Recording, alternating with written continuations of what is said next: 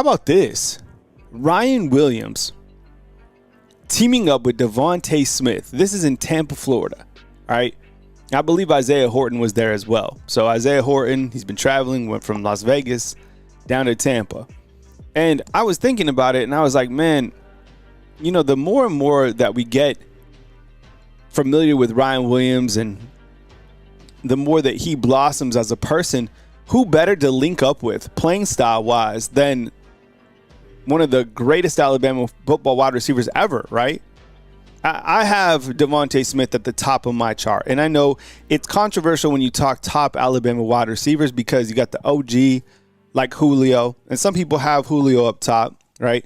Amari Cooper also laid the tracks. You have so many great Alabama wide receivers. But for me, and for who I have covered here at Alabama, it's DeVonta Smith for me. And he's probably my top player overall, okay? And I know that's another debate. And we can go, you know, there's so many guys that you could choose from. But from the mentality standpoint and from the heart standpoint and kind of what the player stood for, I mean, DeVonta Smith is up there. I mean, some people have it. Some people, and we don't play around with that Mamba mentality often. But if somebody else has that, you know, what Kobe had, what Jordan had, DeVonta Smith has it. Super Bowl champ, right? So to see these two guys working out, and I put their weights on the screen. I don't know if these weights are updated. I just gave it a quick little Google glance over. It says DeVonta Smith still at 170 pounds and Ryan Williams at 174. The one thing that I have noticed about Ryan Williams, probably year over year, it seems like he's filled out a little bit more, right? Coach Kalen DeBoer said he had some sort of ding. I mean, not a big deal. If they had to play, he would have played. But it seems like he's filling out a little bit more. This screenshot right here is from the Overtime. Overtime is a social media sports website where he just did an interview. I'll talk about that in a second. Hey, Dwight, I appreciate it, bro. Dwight is talking about an interview that I recently did with Brian Gregory. I'll link it inside the comment box if you want to watch it. A young and upcoming YouTuber. He asked me about my career path. I explained kind of the story of kind of where I'm at today. So if you're interested, I'll put it inside the comment box. Yeah, and this is just in two. Xavier Crowell has set a commitment date for June 26th. I'll talk about that in a minute, man. Brock, bring that up in a minute. Let me finish up with Ryan Williams and DeVonta Smith. So, I mean, doesn't it seem like... And let me ask you, is Ryan Williams, is he comparable to DeVonta Smith? Is that the receiver that you think maybe familiarity-wise, like these two are similar in their playing style? Or is Ryan Williams kind of a combination of a couple different receivers? It seems to me that he does have a lot of Smitty in him, but Ryan Williams is also kind of like a different breed. I mean, DeVonta Smith, I mean, God, my goodness, like what didn't he do? And his catch radius was incredible, right? You think about some of the one-handed catches he had, the toughness that he had. Now, I will say this. Max is right. You know, you can't say a lot of things about, and we're still seeing how Ryan Williams develops in year two. But, man, the one thing about DeVonta Smith, that guy was, he was like super glue.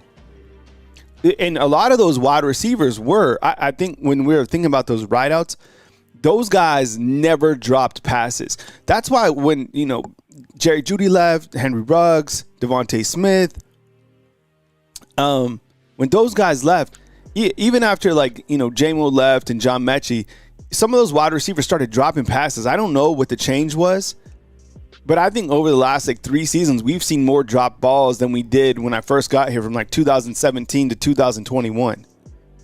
Like there was 0 drop passes. Like if you dropped a pass, it was like we'd never seen that before. Kalen says he's his own man, and I would agree with that too. I mean, just kind of the persona that he has and like what he was able to do just in his initial year was like, I still think that the play that he had against Georgia was the most instinctual play that I have ever seen in my life. When he hit the brakes and those two dudes hit each other and then he went down, he scored, hit him with the dirty bird. That was like, I'd never seen a play like that. The only play that, you know, might be better than that last year was when Barkley kind of did the 360 jump over the players, that play is going to be in Madden, by the way. And Doug, isn't it incredible that 2nd and 26 is when we first got really a taste of Tua and DeVonta Smith? But I think as we get kind of further along with Ryan Williams' career, he has characteristics of a lot of the wide receivers that have come through. Probably more comparable to DeVonta Smith, but like Kalen said, like I think he's his own person, which clearly, the guy is destined for greatness. In fact, in this interview that they did on Overtime, he talks about kind of some goals and aspirations. So the person interviewing him was like, hey, I'm Ryan Williams, finish the rest of the season. And he's like, national championship and your latest Heisman Trophy winner. Okay, so this not young man, this grown man, okay, is Quay Rusa. And I saw this on social media. And look, I have an eye for talent. I would have loved to be like an NFL scout, something like that. That would have been tight. Who knows? Maybe I could be. I don't know. This guy, I saw this on social media. So go follow him on his social media. And there's a video of it. And it's a quick video. I took some screens of it. He's a monster, like an absolute monster.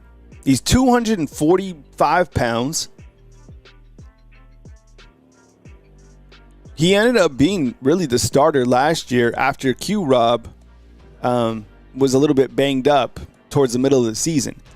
This guy is more than capable to be an elite level wolf position player, probably one of the best in the SEC, if not one of the best in the country. And the more that I continue to dive into this team, the more that I kind of find myself thinking that this team is going to be better than I even anticipate. Like I continue to like ride on the train with this team more and more and more. I think if you would have asked me in January, I would have been a little bit more skeptical. But as I continue to dig into the team and the individual positions, this team does not have a lot of weak spots. And the great thing about this team is the twos are very talented. Now, if you followed my shows before, the only area that I have really question marks about is the offensive line and the two deep.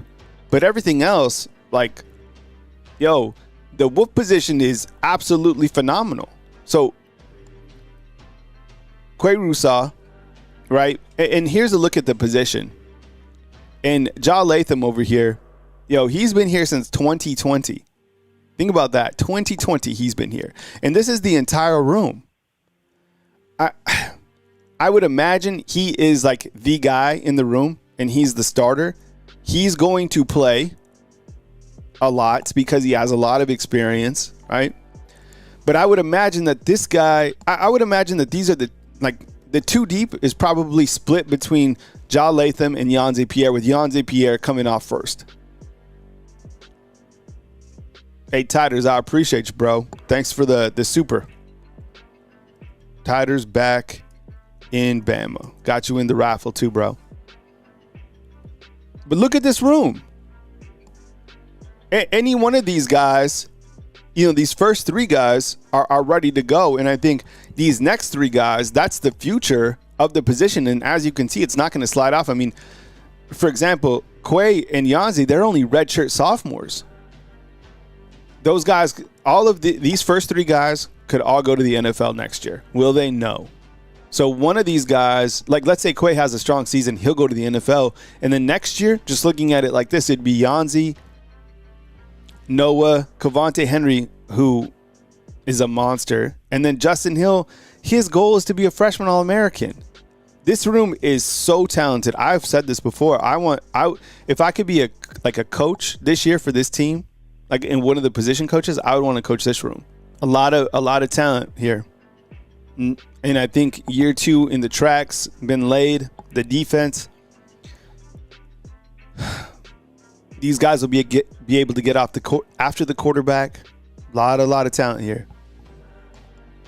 I think if I wanted to, like this guy, same thing with Keelan Keeley. Keelan Keeley, I see him and Yanze Pierre as like kind of like a tandem for whatever reason. I don't know why. I've just always paired those two guys together. And when they get opportunities, Yanze Pierre is super, super athletic. Just because this guy is shining right now doesn't mean that this guy is not. So anyways, one hell of a room. One hell of a room.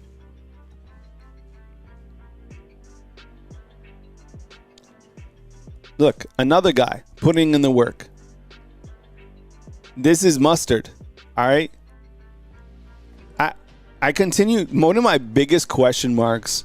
I probably put a video together at some point in time, like my 10 biggest question marks going into the season. And one of them might be like, how the hell are they going to keep him off the field, Dejoun Lee?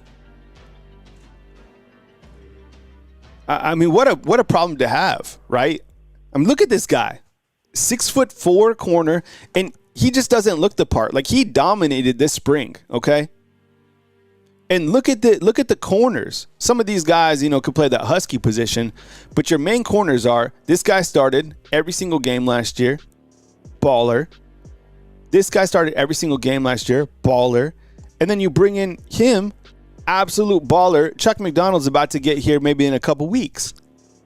So, like, from a corner standpoint, that's what I'm saying. The 2D, Dejoun Lee, think about this. Dejoun Lee is at number 2 right now.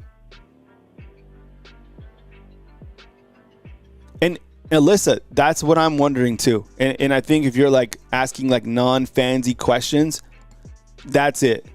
This is something that I'm watching too. And look, that is no disrespect to Zabian Brown at all, because he is a wonderful player. That guy came up with some really big plays last year as a freshman. But if you have to put the best player on the field, you see how these guys are doing. And if Dejoun is the guy, you start him. That's how talented he is. Each of the guys from Cali, really all your corners are from Cali, right? Let's see. Yeah, Damani Jackson, Cali. Zabian Brown, Cali. Yeah, all your corners now. Yeah, all your corners are from Cali.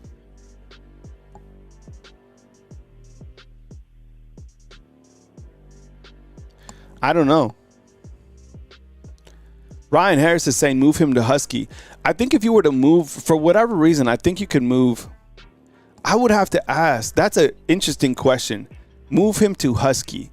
I wonder if it would make more sense to move Zabian Brown to Husky. But then again, like, who's really good, and I think will have a really big year.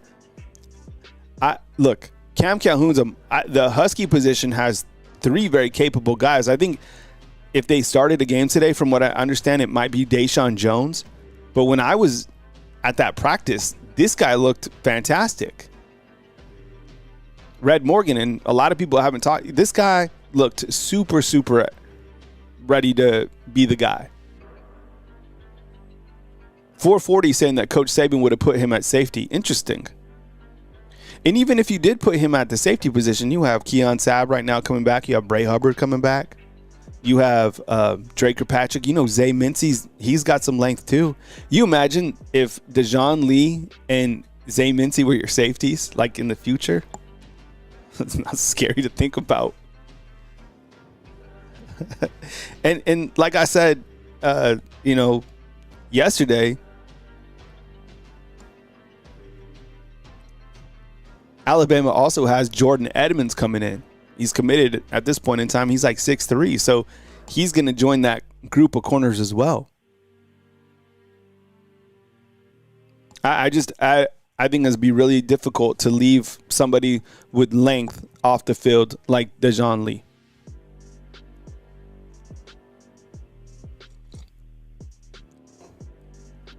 Really, really interesting to track. So, as I see these training photos come in, I love to see it. The grind never stops.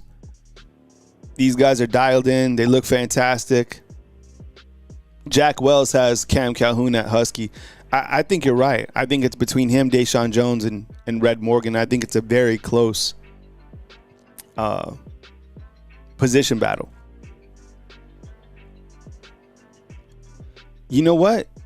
Look, I said this week too, and I love DeVonta Smith. We're not talking about DeVonta Smith for the Eagles.